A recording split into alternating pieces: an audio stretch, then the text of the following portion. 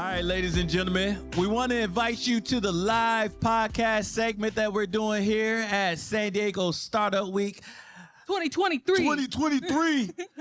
Man. We're over here in Carlsbad, the Arts Village. Yes. Everybody is outside. We're looking out at many booths, many founders, and they are all excited to be here. Yes. Just like us. We're all excited to be here, and we're excited to just share the stories and learn the different journeys of different entrepreneurs, what they've created, and support like we always do. Yes, and we have an incredible lineup of founders today. Yes, tell them about the lineup. Tell them We about the got lineup. the future Mrs. Fields in the house. The future Mrs. Fields. And if y'all don't know who we talk about Maya's Cookies. Maya's Cookies. She has a background in personal training. I'll trust any personal trainer with my sweet tooth at midnight. Well, yeah. For sure. Yeah, me too. Sometimes that sweet tooth gets me in trouble, though. We gotta lock it away. And then we also have other founders in other categories. We have Anh Pham. He's the founder of Earth Fan Surf Co. He's saving the seas. He's taking the land to the sea, saving everybody from pollution one boogie board at a time. And as these founders come up and we start to interview them and ask them questions, we set up a mic so that we could do Q&A, and you could start your own live podcast right now, right here, just by asking them questions and anything that we may have missed in their journey. But before we get started, I think we probably should introduce ourselves. Oh, Who yeah. are we? Who are we? You're right. We're getting too far. My name is Riley Jennings. I'm the host of Baddies. Mean business. To all the baddies out there doing incredible things, I'm here to share the stories, and I'm here with my partner in crime, Mr. Terrell Simmons here from the podcast Rise Urban Nation. And if you want to learn more about both of our podcasts, you'll see outside that door and right here, there's some QR codes where you can scan and connect with us, follow us on whatever your favorite social media platform is. But Rise Urban Nation is all about amplifying social innovation in the Black community. So I interview everybody from artists, directors, nonprofit leaders, social innovators, entrepreneurs, because what I found in my career, I used to do a lot of workforce development work.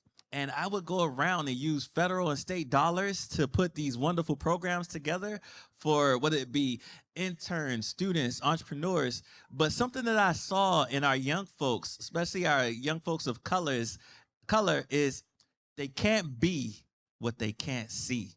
So I need to highlight all of you who are doing amazing things in your prospective spaces so that more folks can see and strive to be and create social innovative ideas and problems and solve those problems, right? 100%. 100%. Right. We're just conduits of other people's stories, and so we're honored to be able to share them right here. So before we get started with our interviews, we'd just like to give a huge shout out to our partners and sponsors for this live podcast, Startup San Diego. They have been incredible in making this entire live podcast. Y'all clap it up for Startup San Diego! And let's clap it up for the amazing volunteers that volunteer their time to make this happen. Give it a round of applause for the volunteers. They have been able to pull off an incredible feat today. There is 5 days, 5 different locations. There's one day in Mexico. One day in Mexico? Is that true? There's a day in Mexico? Anyways, thank you to Startup San Diego for making this entire thing possible. Just the last week and a half, they were able to accomplish so much with us and bringing founders to our stage, their stage, everybody's stage. Yes. And then also Village Up for always inspiring us to continue these stories and doing these live podcasts for the community and sharing the resources available to you. Yeah, I must selfishly say I love Village Up because not only am I a board member, we also have somebody else who's a board member of Village Up here. Miss Kim, she's over there talking, but she can't hear me because I can't shout her name out right now. Wave your hand, wave your hand, wave your hand, Kim. Maisha, everybody's here. Maisha is in the house too. We might bring her up on stage too if she's not too shy at some point. We'll see. We'll see if we get her over here. But big shout out to Village Up and all the people that's involved with Village Up, helping us to represent underserved founders and bring those resources, collective resources together to help build on entrepreneurship in the San Diego community. So beautiful. And then last but not least, Greg and Tony over here in the background. They're making this Give it up to our entire engineers. thing look good. They make And a us look photography good. person, a videographer. He's behind the camera over there, but all right, let's get going. Let's have our very first founder interview, Maya Madsen. Come on up. Grab Come the on mic up, over here. Maya. She looks good. She looks poised. Thank you. Yes. Take a seat. I love those glasses, by the way. I love your glasses, Well, by the thank way. you. 9-5. I don't know if you know 9-5 over in Barrio Logan, but they got some good glasses. Well, I'm about to get to know 9-5. All right. I'm not sponsored by 9-5, but I will gladly be. If 9-5, if you're watching this, I would love for sponsorship. Please tag them in the comments below.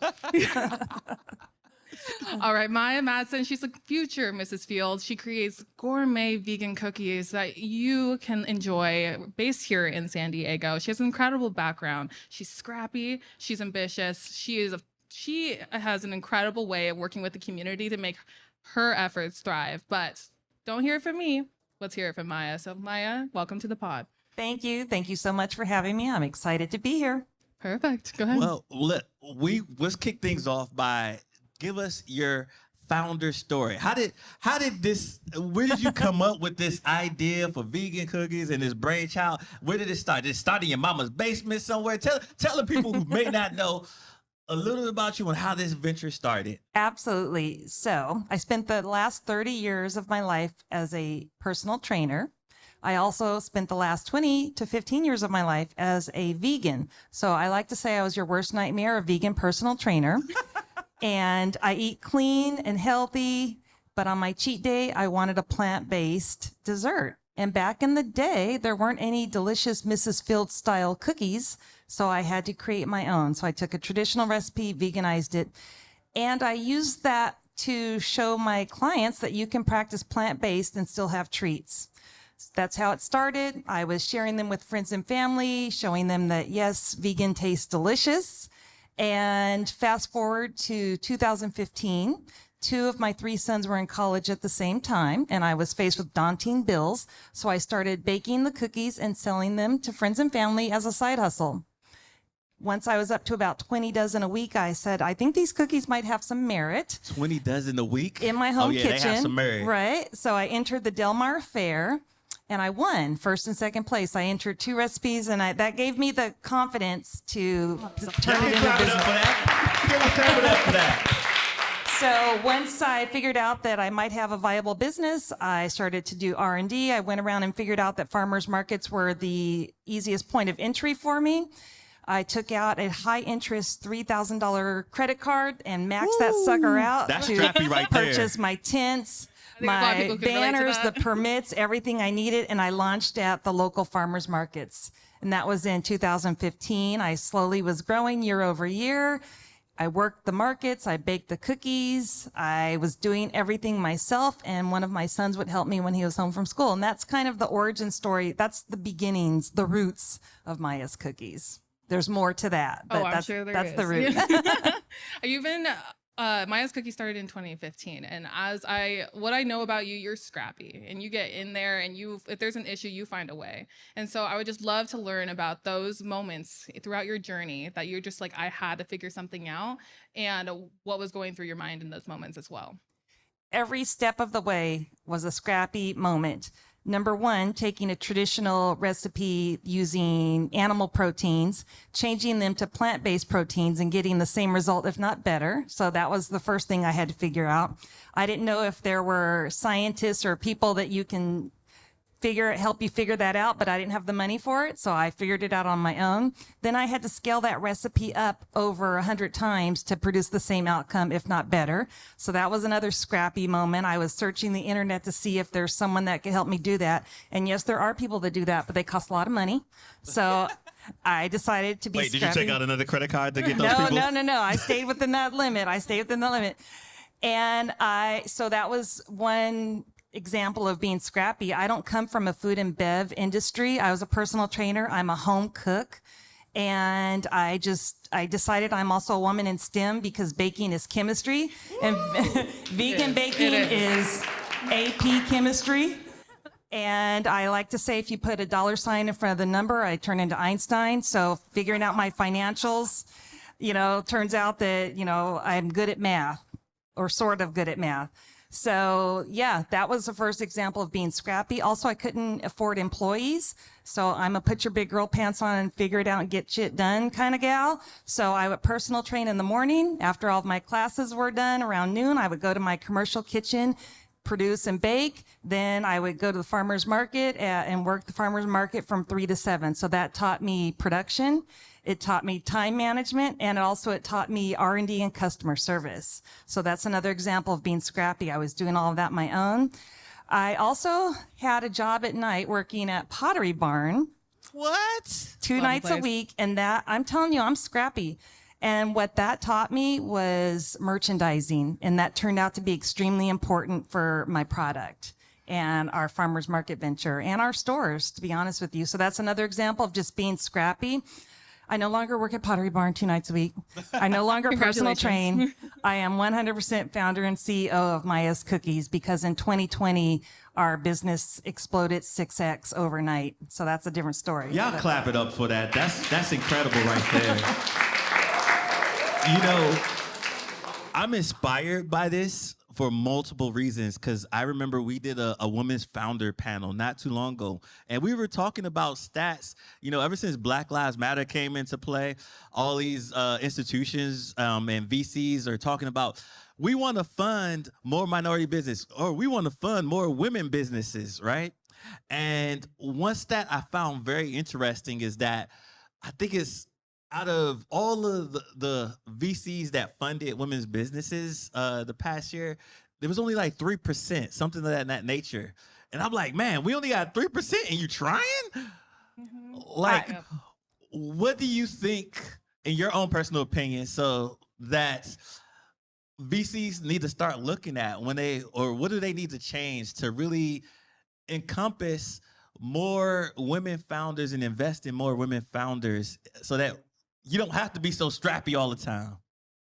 That is a layered question. So I'm going to start with the first layer. Number one, you have to go out and find those founders. You need to go into those communities where there are the founders and find them, because as a Black woman, I didn't know anything about the VC world until about 4 years ago, right? I didn't even know this world existed. And I'm sure that some of you that are part of this community find that shocking, but it's the truth, and it's my lived experience. I come from the hood. There's no VCs that I ever knew of. I had never even seen a CFO, a CEO. I didn't even know what a COO was. I didn't see those things. So number one, I think the VCs, it would be extremely helpful if you do the gritty work and go out and find us. We're out there. We just don't know where you are. So that's number one. Number two, I'm in a category that I've noticed VCs aren't particularly, I don't want to use the word excited, but in love with, and that's CPG, because there's a lot of cost involved and it's very closely dependent on the consumer. And I think that being a CPG brand is also risky, but I also have noticed that many of my fellow Black founders were in CPG, because that's what we know. We know how to create product. We know how to bring our culture to the masses with innovative food and beverage offerings and things. So that's where we are mostly in. Traditionally, and I didn't go to college, but from what I'm understanding, there's just not a lot of or there didn't used to be back in my day, I'm 54, women in STEM, Black women in STEM, Black women founders, all those things that you don't see that, or I didn't see that. So it's multi-layered, but we're out there. So maybe we're not, the top 20% of the category of the population in the VC world that's creating tech or whatever. But what I've seen in my lived experience is we know how to bring our culture to the masses in the form of CPG products. It's an easier point of entry. So I would love for the VCs out there to open up their hearts and their wallets and, yeah, and take a risk. VCs, if you're out here, open up if your there's hearts any and your VCs wallets out there, and get behind us, because I'm gritty as a mofo, and people look at me and they're shocked to find that out, because I am a mother of 3. I'm the carpool mom. but I will take my earrings off and fight somebody if I need to.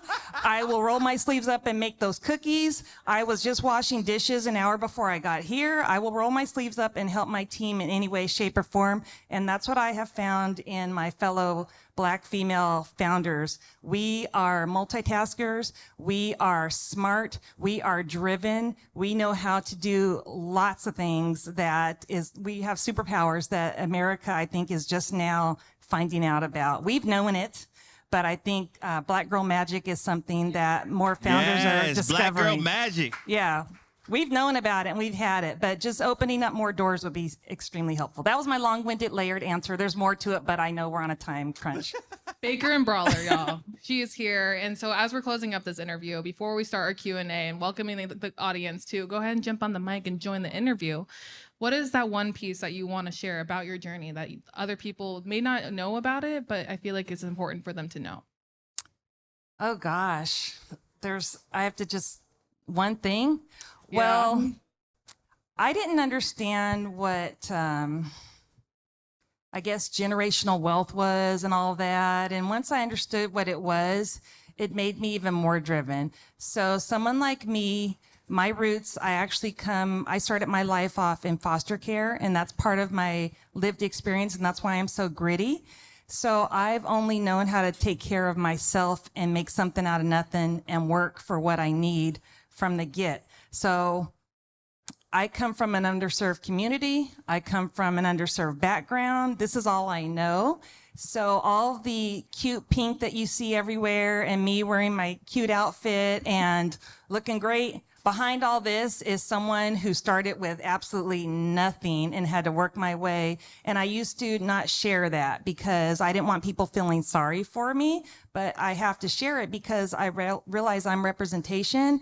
And I also want people to understand why I'm so driven and gritty. They don't understand, and they look at me and, why are you so driven to make this work? Well, because I have 3 sons, and when I'm no longer walking on this earth, I want them to have something besides memories of me to create generational wealth for years to come. And also, it's just, I guess, in my DNA to be gritty. And you work with your son, your second son, I think. Yes, my middle son did graduate with a degree in finance. He did have to graduate summa cum laude and go work somewhere else for a year before I would hire him. Yeah. So I didn't just hand him that job. And yes, he is our director of finance. So it's, yeah.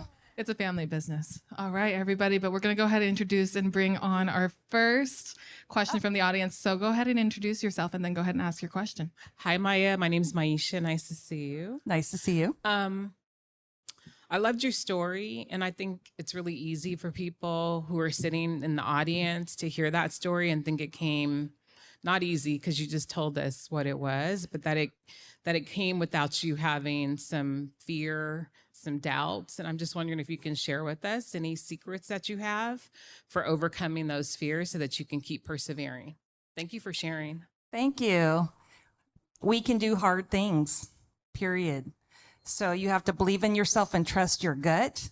I work at Maya's Cookies 365 for the past 8 years, so I'm expert at what I'm doing. And it took me a little while to own that I'm the expert at Maya's Cookies. I still have a lot to learn, but I know better than anybody how to produce, whatever, the numbers, all those things. So I would say, to answer your question, just trust your gut, believe in yourself. And yes, you can do hard things. There are going to be hard things. There have been crippling things. I like to use the analogy of it's a roller coaster, which I hate. Sometimes it's a Legoland roller coaster, which is easier to ride. Sometimes it's one of those Magic Mountain style roller coasters every day where there's bombs and problems and fear and you feel like you're going to throw up. And just expect those things to happen and persevere. Surround yourself with mentors and people that know more than you that you can access. Your network is your net worth. Yes, your net worth is your net worth. Beautiful. I love that. Love that. I don't know why in my head. Has anybody ever heard that song by LL Cool J, I'm Bad? Yeah. So like I just the whole time I'm up here, I redid a re-edition of that. And you know, that's one line where you say eat Oreo Cool J cookies. So make sure y'all buy and eat Maya's vegan black magic girl cookie. She's back. Thanks. I'll take Do we it. have one more question here? All right, we have one more Hi, question Maya. before we let you Hi. go. Forgive me if you've already touched on this because I came in late. I'm the executive director for Startup San Diego. Welcome, This everyone. is Lisa, everybody. Give it her a up for little Lisa. applause. I was inspired when we spoke about how you source your ingredients. And this is someone who's walking the walk. And that's very meaningful to me. And if you've already touched on it, I have another question I can move to. I have not touched on that. Okay, great. So- that's my favorite part. Well, they're all my favorite parts. Okay, thanks. So what she's referring to, and one of the pre-questions I was sent is how do you incorporate social, like whatever, Social innovation. is social really what we innovation wanna in your focus on. business. And here's how I do that at Maya's Cookies. I purposely try to source Black brands for our ingredients. It ain't easy and it's expensive, but I source those ingredients when I can and I pay full price. I don't call them and order ingredients and automatically ask for a discount. I pay full price. And I do that because it's important for me as my platform grows, as I'm sitting here in front of an audience of people, that I also lift those other brands up. So every year we have a Black History collection, and I try to make the Black History cookies tell stories of history that we weren't taught in school. And I know that sounds crazy, but let me just explain. So for example, it's always 3 cookies and it's always a theme. I'm already done with 2024. I won't share. You guys will have to wait. But last year's theme was the arts. So I created a cookie around Misty Copeland, and it was a champagne sugar cookie, and I found a Black-owned champagne company that I incorporated into that. And the reason why I made a cookie championing Misty is because, you know, in the arts and ballet, Danskin's just now making tights that are brown, you know, darker colors and shades. And that's important because for people to know, because it's 2023. There's, you know, we come in all colors. So that, and also Misty Copeland is kind of the face of ballet, but there are others before her, including her mentor. So I wanted to share her mentor story, right? So people buy the cookie in the collection, they read the little blurb, and then maybe they go on Google and learn more. We also had a cookie that was based on a book cover, and she's a New York Times bestseller, Brit, and she is from Oceanside.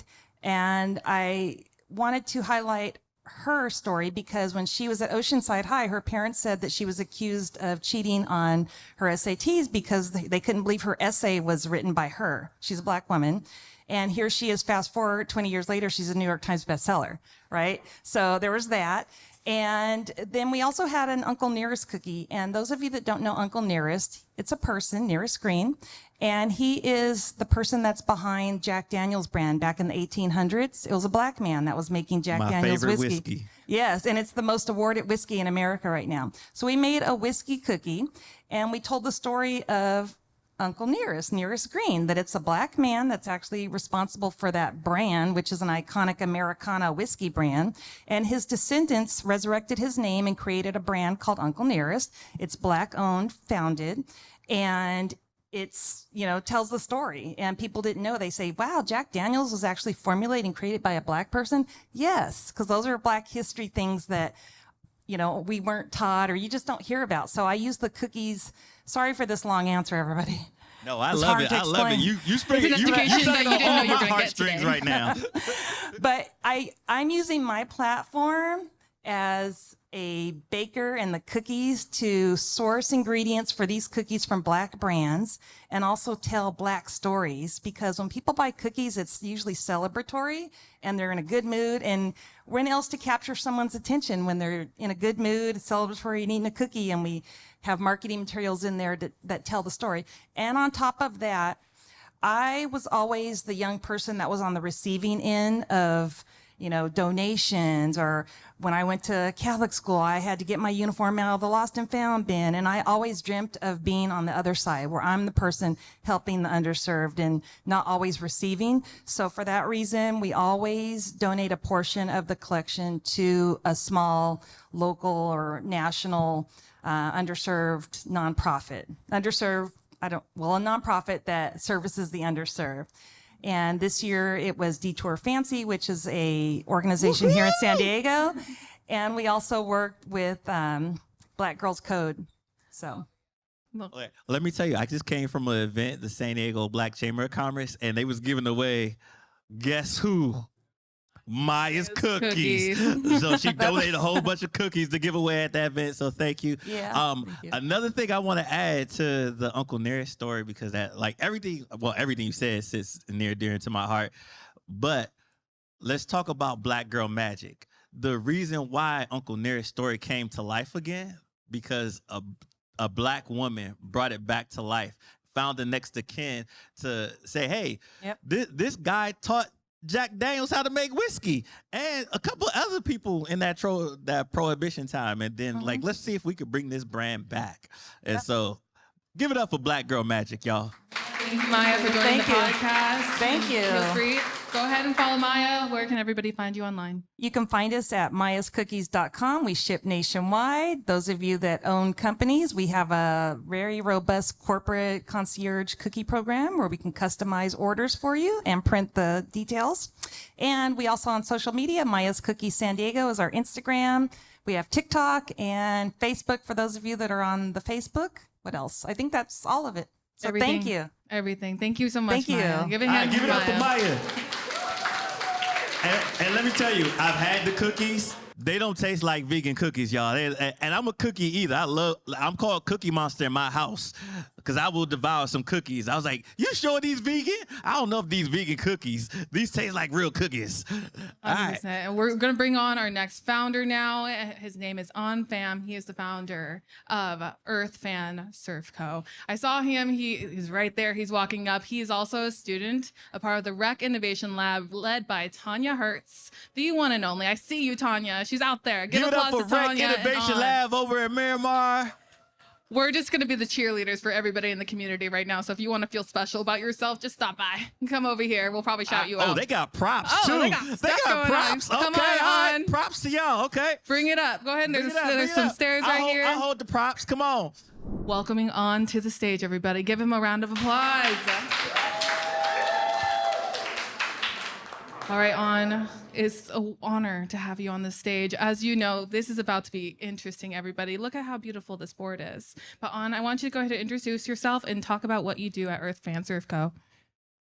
There we got to make sure we got it right. That Earth Fam. I got even the Earth Fam signature right here. So, all right. So go ahead and tell us a little bit about your story. Okay, aloha everybody. My name is Anh Pham, and I am the founder of a green and sustainable surfboard company called Earth Fan Surf.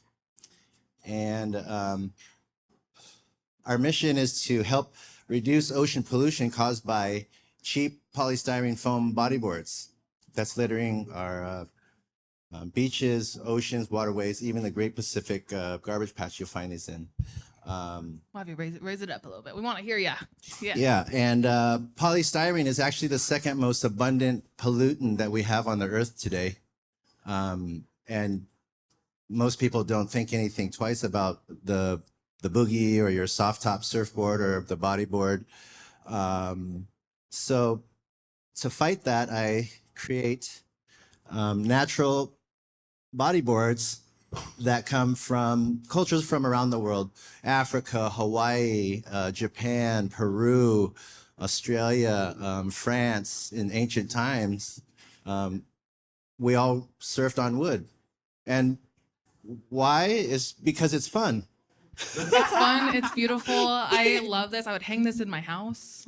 For those who don't know, I'm Afakasi, means I'm half Samoan. And so this is something that my family would take advantage of.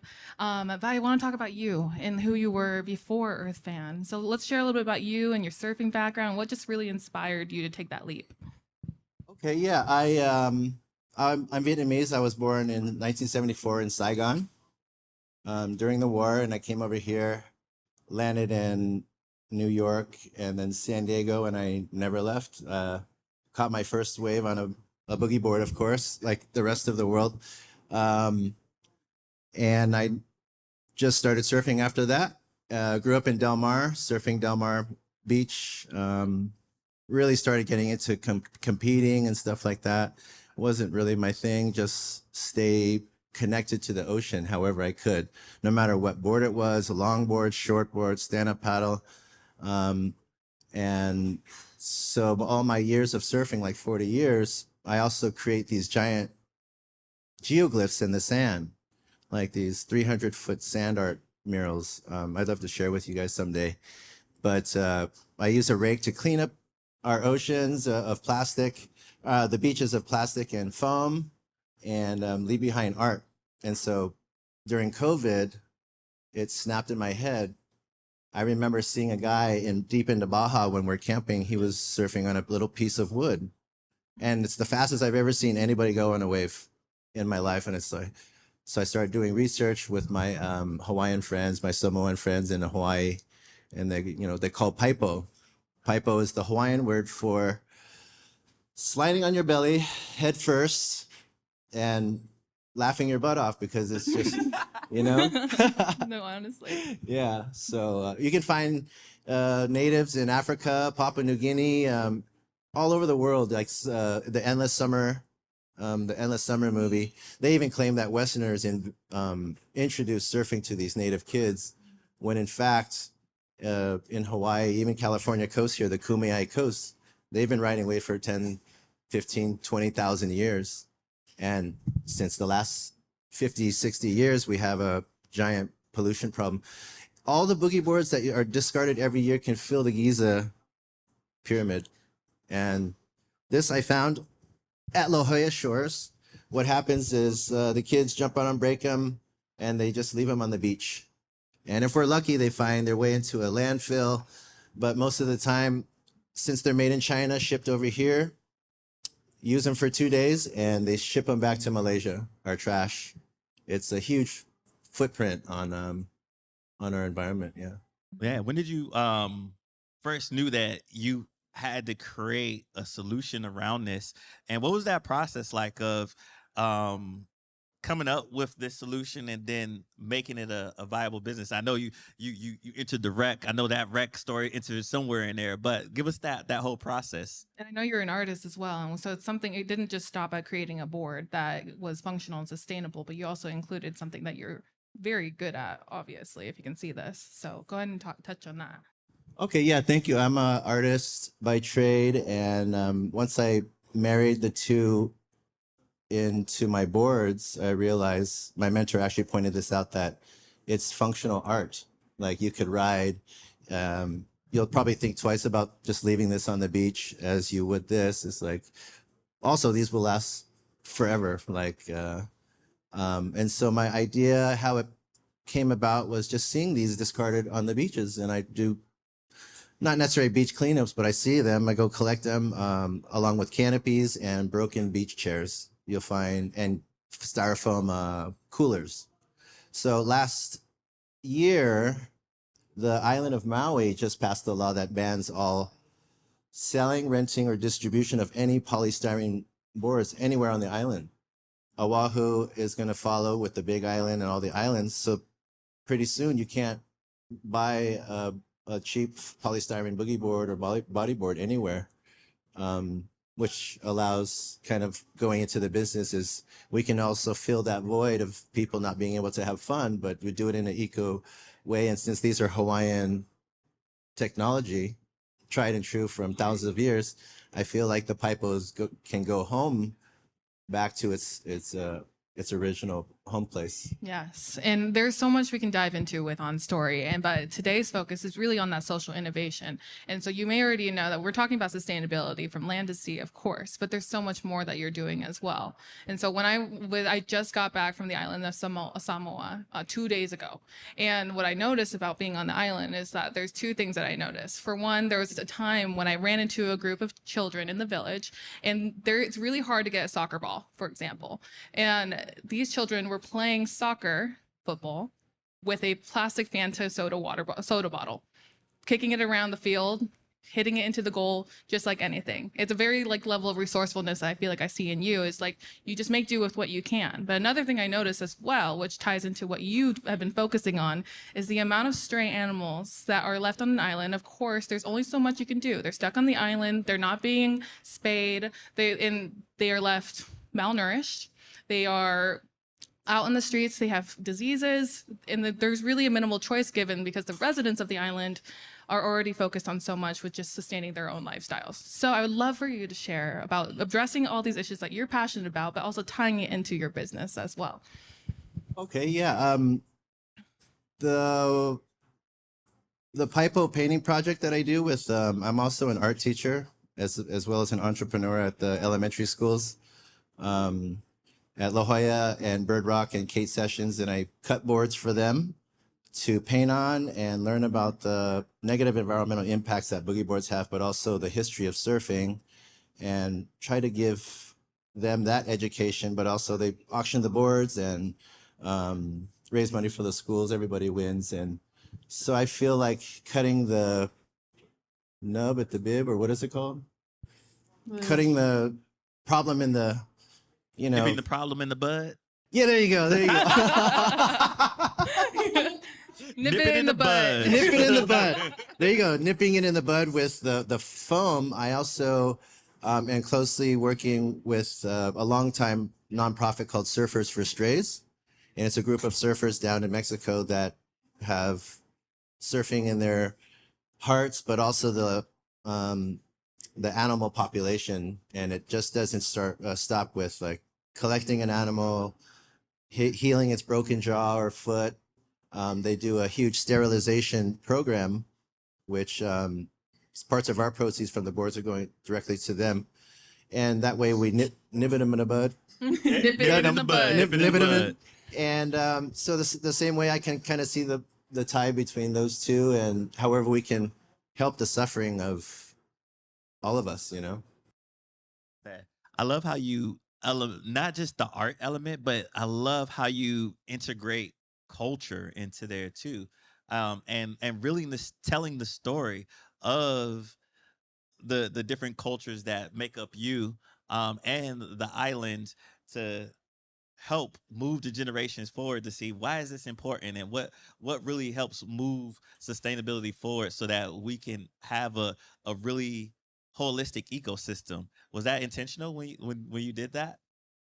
Not at first, but I saw the way to integrate all of these cool aspects and use the boards as a vehicle to surf into this wave of goodness for our community, business or not, but just I also, like last week was the Walter Monk Foundation Ocean Day, and I set up a booth where children can come and shape their own wood boards.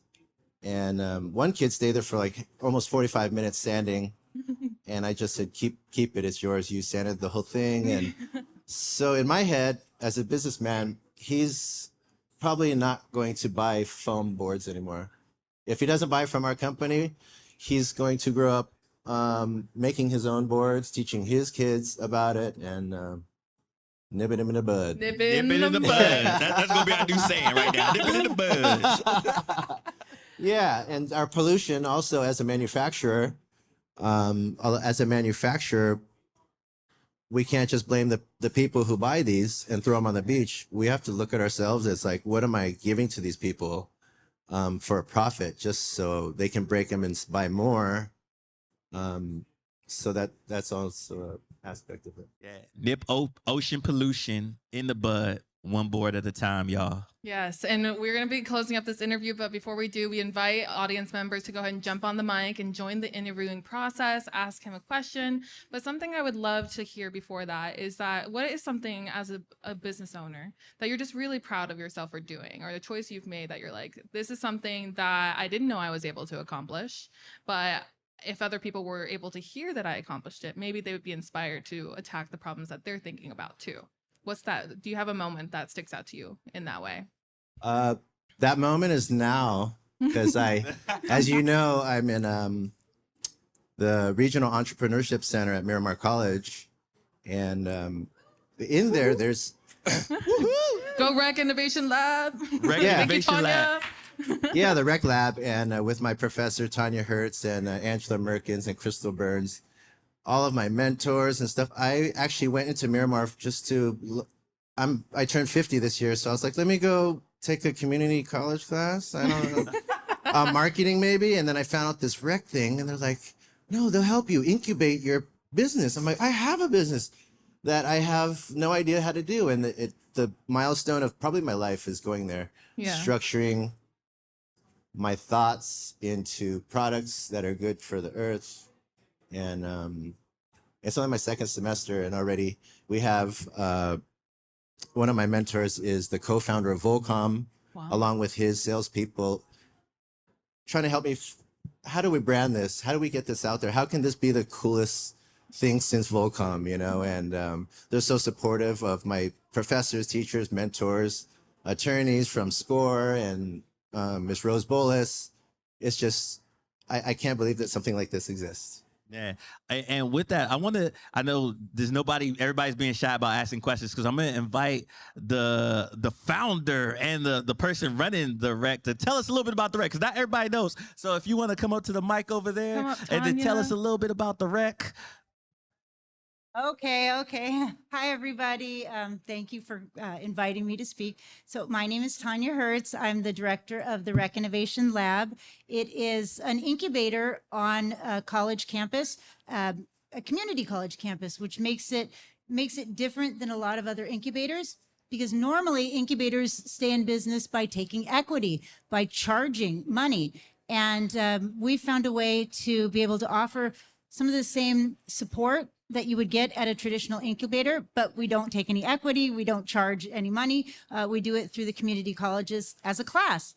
And we try to do everything we can to help the founders succeed. We put them in contact with the best mentors that we can possibly find. We actually just this last week were filming videos. So we help them to film videos, to do commercials, and then teach everything that we think that will help you to succeed as an entrepreneur. And I wish that it existed when I was back in college. And so it's one of those things that I like, why didn't this exist before? So I'm just glad that everyone else can take advantage of it. So yeah, reach out to me if you have a startup and you need some help, because that's what we do. Get up for the Rec Innovation Lab. Tanya. I wish they had that when I was in school too. I would have been in there all the time asking for help and questions and what's a VC and how do I get some money and what's a business plan, what's a lean startup, all that good stuff that they teach. And they really do a good job at pairing mentors. So with that being said, you want to close it out? I'll just say Tanya was a professor of mine back when I was in school, not too long ago, but but at San Diego State University, and just working with her has been amazing. And so it's amazing to meet other students have been impacted by the people in our community. So these are all resources that if you didn't know before, you know now. So thank you so much, On, for joining us on the pod. Thank you. Wait. Where can people find you and connect with you? Yes. You can go to earthfansurf.com. And on there, we can connect that way. You can see I have 15 classic shapes from Japan and Hawaii that you can purchase for yourself, just to reap the benefits of being in the ocean, bored or not, just going in the ocean. But there's 15 designs there at earthfansurf.com. And yeah, I look forward to talking with you guys more.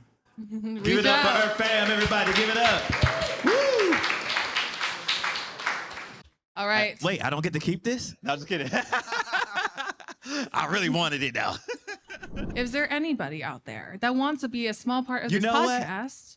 I think I'm going to invite somebody to the stage while we wait for Greenish Vibes. Come on up to the stage. Come on up to the stage, Greenish Vibes. Everybody give it up for Greenish Vibes. Yes. Come on up. She didn't know she was going to do this today. That's what we're all about. Welcome to the pod. Thanks so much. Hi, guys.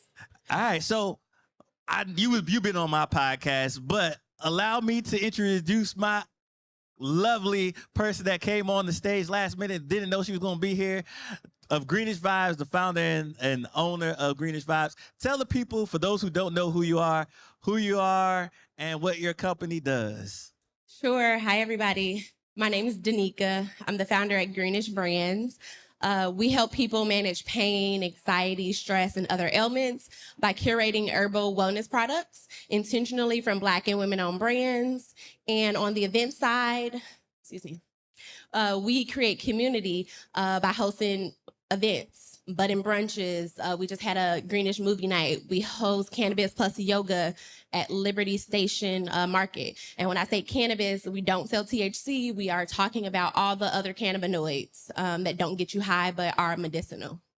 So that's what we do. And I didn't know there was so many, y'all. Like that, there's ointments you could put on your elbows that just make your elbows feel like less pain, where you don't have to take all these aspirin and all this other stuff. So it was a new experience for me. So tell me, how did you get into this space? Like what made you really get into this space and start this company? So being a serial entrepreneur, like really it was just how do I get into this burgeoning industry? Like, how do I get into cannabis? What I found was that it was very difficult. You have to have millions in equity to apply for licenses, and I'm from Chicago. So even as things become legal across the county or across the country, it's still very difficult to get into the industry. So I was looking for a low barrier way, and that was CBD and accessories. And along the way, it's really become, how do we educate? How do we, one, break the stigma? Our mission is to be a catalyst to the world's normalization of cannabis. And so it's really become how we're healing people, how we're having those conversations. And it's really about the wellness now. So. And I think it's like going back, it's like not every day that a child in elementary school is like, I'm going to own a cannabis company one day. So I would just love to go back even further. It's like, what was that led up to these decisions? Like, who were you before your company? Who was I? Well, it's my first life, as I like to say. So I have a bachelor's in finance and economics. I was in corporate America. I worked for JP Morgan and got laid off right before the crisis. Right before that, though, I had gotten my real estate license. So I've actually been a real estate entrepreneur and I opened up a juice bar, helped people buy into real estate, really educating on how to take advantage and use real estate as generational wealth and, all having that conversation. So that's what I was doing before then. I moved here 6 years ago from Chicago. I had never visited, didn't know a single person. And while I thought that it was going to be real estate, it kind of has led into this cannabis life, Really, truly a life before. You've had so many hats beforehand. But something I'm a big believer in is that every experience that we live through, regardless, may not seem like it ties into each other, but it kind of does in some way. You may not know exactly what it is or what it planned for it to be that way, but it somehow shows up later on. And so is there something that you've identified that you've taken away from your past life and brought it into your new life? I think the thing that I've used most is like being in corporate America, the systems, the SOPs, the processes. Like I started very early documenting what I'm doing, that's why we're now Greenish Brands, because there are so many different kind of companies and departments that kind of fall under the company. So I think I've definitely taken that corporate viewpoint and operations and efficiency, maximizing that. Mm-hmm. Yeah. And, being that we were talking about sustainability, right? There's an interesting story with you around sustainability, not only just working with the community, but even connecting with folks back on the motherland, my motherland, I like to call, which is Africa. Tell us that story. Like, how did you start connecting sustainability into your business by working with partners from Africa? So my best friend, she's Nigerian American, and it was her relationship to Africa as a continent and the traditional communities that led to us being gifted land. And by the time I had started Greenish, she was trying to figure out how and what to do with the land. And so as cannabis is becoming legal in other countries, South Africa, is one of those countries. And so that's how we started to have that conversation. Like, we can use this land to produce industrial hemp, not even talking about cannabis, and kind of explore all those uses, women's health, in building, clothing, and really explore all of that, as well as leading with workforce development in the country. So, it's a lot. That's why I know that it's just a larger brand than just me. So building those, the team and the systems has been super fun and necessary. Yeah, I don't want you to gloss over that. That's a big deal, y'all. Like, workforce development in Africa to build programs off of the land for those people there, right? And for those who don't know, hemp was one of the biggest things that was used in the U.S.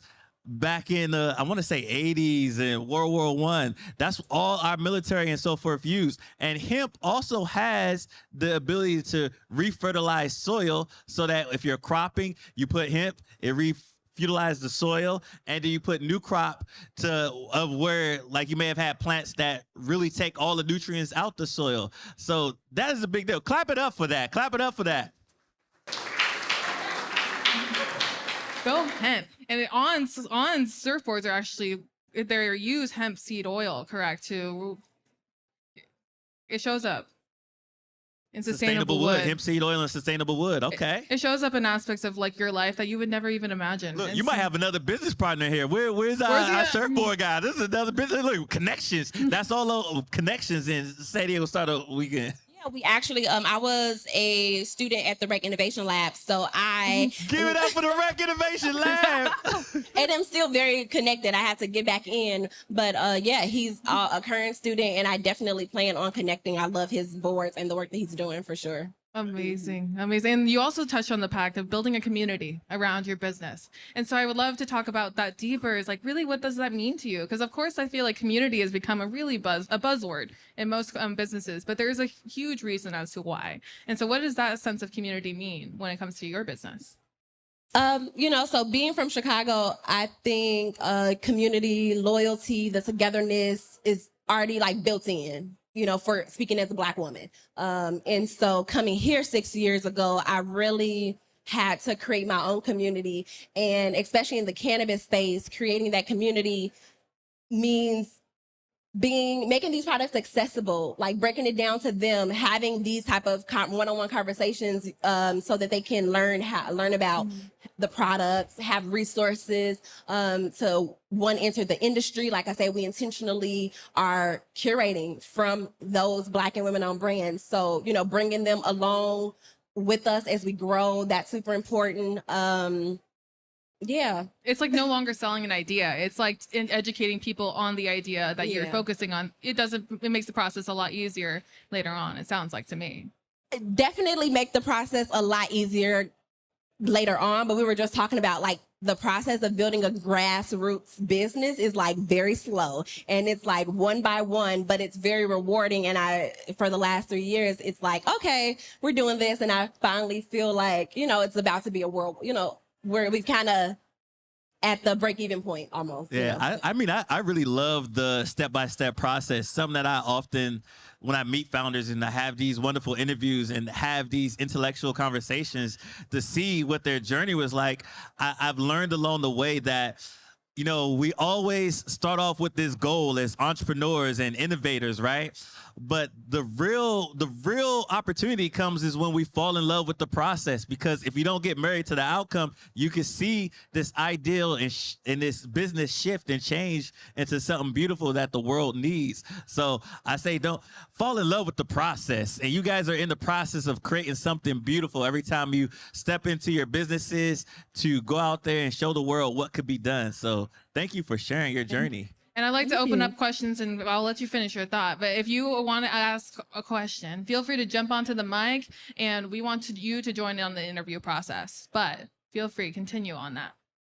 On community? Yes. Where did I think I left off there? So we host events like I said, we do every Sunday, we do an herbal wellness market at Liberty Station. So how can these products help in your movement? We have a partnership with Stretch Labs every last Saturday of the month. So again, herbal movement, you're taking our tincture or your oil before your stretches. And, that's like a normal thing. That's a wellness type of activity. That's something that you're already doing. And so how can you go further with your goals with our products? And that's the kind of conversation we're having. Yes. And so please share, how can people connect with you online? How can they attend your events? Definitely. So greenishbrands.com is our website. You can definitely find out about all of the events happening. Follow us on Instagram at GetGreenishBrands. Greenishbrands.com everywhere. Give it up for Greenish Brand. Greenish Brands. Thank you so much. Anytime. She didn't know I was going to do that. Applause. She did that on a whim. We She did did not that plan on that. point. We got a few more minutes, all right, guys. So you in the crowd, we want to get to know you. Yes, you want to come? You want to come on the mic? Come on up. Come on up. Give her a round of applause. Welcome. And go ahead and share your name and what you're working on. Try my best, guys. God bless you for having the confidence and just taking that initiative, jumping on the mic. I mean, we want to create that opportunity as much as we can. Thank you. So I'm Uma. I'm founder of VR Aina, and my partner in crime is sitting right there. That's Paula. Hey, partner. We parents, we have our kids are like best friends since they were 4 months old. So we're trying to build a platform for new parents. We've been there. And we're trying to build a community-based platform. That's what we're all talking about, to kind of facilitate asking for help and how to provide that help. So we don't have these conversations, and we are trying to provide the communication tools that they need to kind of help each other out. So we're building an app for that, and that's where we're headed. We'll talk a little bit more about your guys' background. Like, how did you meet? What sparked this idea? What was that problem that you're like, this is just too much of an issue for us not to dedicate our lives and our work to it? Yeah, I mean, living in, this world right now, we're all busy. And then, when we were parents, we didn't know how to reach out for help. Right? We had different ways that we could cope with our partners and stuff, but we don't know how to ask for help. Say if I had my baby at 2 a.m. in the night and they're crying and I don't know how to, help myself, and my partner doesn't know how to help me. But we get through the night, we wake up in the morning and we're tired when we still go through our day. But what we want to provide is a place where we can say, hey, this happened to me. And as a community member within our platform, how I can support you. It could be just a hug, from your best friend, or it could be a coffee from your coworker, or it could be just a message saying that, hey, I'm there for you. So that was our goal, and that's what we supported each other doing and build our community doing. And we wanted to make sure that it was available for everybody and make sure we do it the right way and give each other grace to help each other out. Man, I love that. So, like, when you started mentioning it, I started to think about my time as a new parent. And when you go through that whole process, some people might have their parents that they can come help them out for a little bit. But when their parents go, you're like, okay, what am I doing? How do I do this? There's no handbook to being a parent. And you're like, oh, okay, let me Google. And sometimes if you Google, you go too far down the Google and you're like, oh my gosh, maybe I need to go to the hospital, right? I wish I had an app like this. Like, I think this is genius. But like, tell me when you knew, you all knew that this was something that needed to be created. Like, what was the aha moment? Like, were you guys sitting at the kitchen table and like giving each other feedback? And I was like, you know what? I wish there was a community for. So like, do you know? I don't know. Who can we call? Like, how did this idea come to be? Yeah, I mean, it was all to do with our kids, obviously. And then I was building this up from about a year and a half, and just trying to figure out. And one day I was sitting in Startup San Diego last year, and we had this idea going on for a while. And then I just sat there, and then I was thinking, hey, like, the community is the most important part. It was actually in one of the conferences. And then the next day I called Paula saying, hey, we've had this idea for a while, and like, let's do this. That's when we started our company. That's when we, started building the idea and like the app and how it's supposed to be. And we started talking to some marketing people and stuff like that. So, it was definitely like an aha moment in Startup San Diego. Yeah. It started at Startup San Diego last year? Yeah, last year. What? Yeah, as I said, I was sitting right there in the audience and I was thinking about the idea we had. And then suddenly I was listening to somebody talking about marketing and how you need to, structure your idea and the way you want to do it. And then, Shout out to Startup San Diego, sparking innovation and ideas and businesses all at the same time. Starts right here. Look, If you got an idea, you need to start here. Just come to the session. Yeah. Yes. And so what are you looking for right now? You are building this company, you're building this app. Like, what is it right now? If you could just ask somebody in the community, what is that thing that you need help with right now? I mean, funds are always, up for grabs. but- VCs, if you're in here, funds are important. yes, for sure. We are building our social media. So follow us on We Are Aina, support us, follow us, share it with other parents who need the help. And we want them to be part of a community so we can, push our product and reach the right people. And also, we are going to run a subscription model, but whatever money we raise from it, we plan to use it for the underserved community and parents that, we can support. Damn. Amazing. Thank you so much for having the confidence and jumping on the stage and Thank really you just for taking having that me. Thank you. opportunity. Everybody give her applause, please. Thank you. Thank you. Oh, thank you so much. All right, everybody, we're wrapping up today's podcast. That's Now. it. It's time to say goodbye to all my family. TIG double. No, sorry. Oh, we're going to the open mic session. I was trying now. to think of a rhyme that goes with that, but as you can see, I was going too far down. Tony's the rapper back there. Tony's We're the not rapper, rappers. our engineer. But we want to thank you all for coming out, and just those who are brave enough to jump on stage and shout out their businesses. We will put this out This week, on Sunday. On Sunday. Yes. This week, we'll get this out and we'll try to tag all the companies. If you want to follow Baddies Means Business and Rise Urban Nation, there's a QR code for both of these. And we would love to hear more. So we both do interviews. Yes. Where we interview innovators like yourself. So it doesn't have to be live like this. We could go to a studio, record your story, market it and package it up so that we can share it out there with the world so the world knows what you are doing. So please feel free to connect with us. Anything else you want to say to the people? I'll just say it's like the best storytellers win. And sometimes people just don't got the opportunity to share that story. And so we are here as conduits to create that opportunity for you all. So we thank you for those who have been here this entire time listening. We appreciate every single one of you and everybody in the back who's been listening, everybody at all. Tanya, are you raising your hand? Oh, don't I ask a question? Okay, come to the mic and ask the question so all the people can hear you. Yes. I just want to make sure that I know exactly where to find your podcast so that I can follow it, and I know when new ones are coming up. So should I Spotify? Where do I go?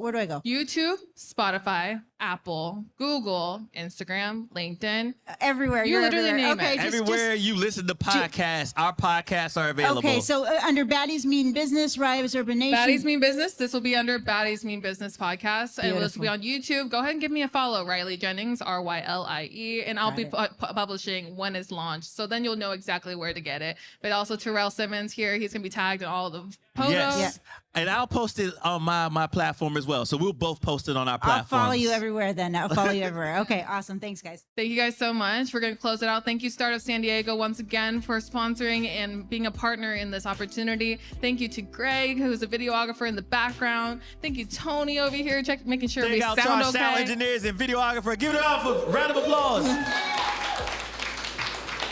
Hey, Taste of Village, and also thank you to Village Of founder Julius Alejandro for always inspiring us to continue in jumping onto this stage. So we're going to check out here now. Any last thoughts from you? That's it. Keep creating innovative things that help shape the world. Thank you and good night. Good night.